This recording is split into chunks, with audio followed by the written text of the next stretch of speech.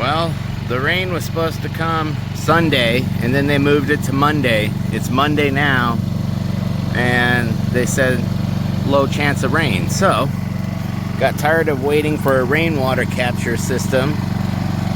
We've got this pump going through a strainer out there, pumping the water up the black hose through the pump.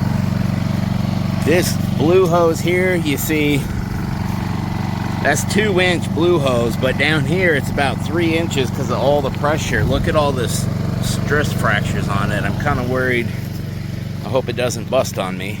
But as we go up the hill, now look at it. Yeah, that's 2 inches. That's what it's supposed to look like. And you see it's getting smaller, wraps around here. And I put a tarp in this big old hole here, so this will act as a holding tank.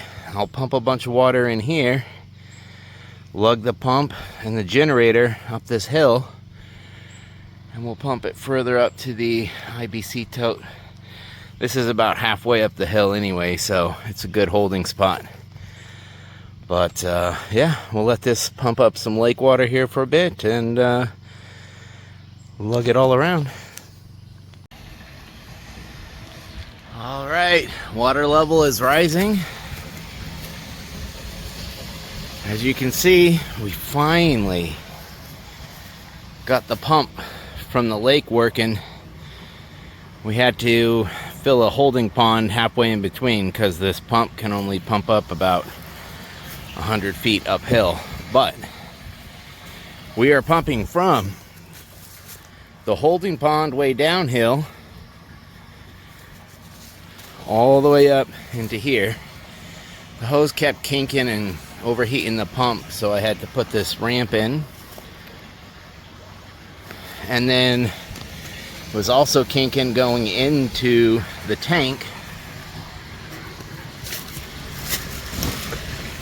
Well, you can't really see it, but all I did was split the hose a little bit and then drilled a screw into the hose so that the hose doesn't slide down. It was wanting to slide with all the weight of the water. And so now it's just free flowing. And we're getting water uphill. All right, next thing is to get a garden hose and siphon that. And then we'll have water pressure down at the bottom of the hill. And it was supposed to rain this weekend. Well, this weekend, and then they pushed it to Monday, and it's nice clear skies, so no rain yet. So we went with the pump route instead. This is a 2-inch pipe. It is not supposed to look like that. All that pressure adds up going uphill. We already had one bust. So fortunately the hose had a little extra length, but it's not supposed to look that big. That looked more like a 3-inch pipe. But we're almost done with the holding tank anyway, so it's been a productive day.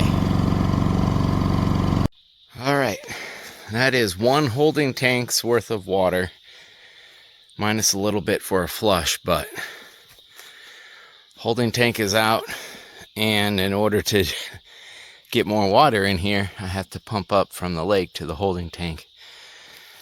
Move the pump and generator down to the lake.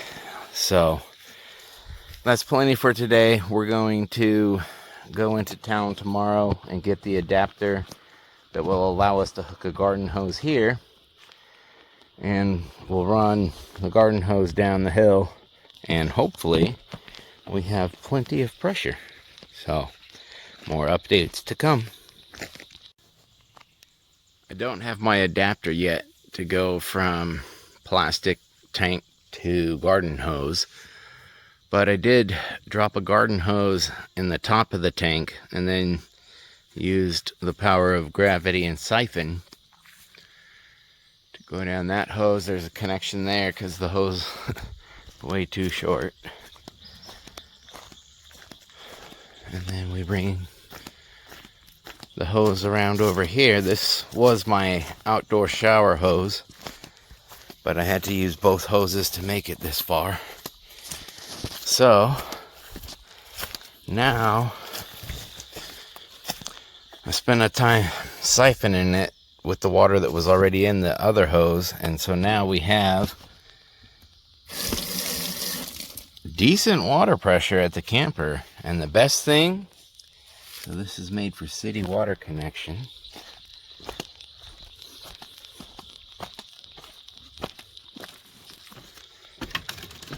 But if we come inside, finally at the sink we have water. That's so amazing. Just having running water inside. I can do dishes now. It's been a very long, exhausting day, but very beneficial and rewarding. Duke gave up on following me around a while ago. He's just sitting here on his,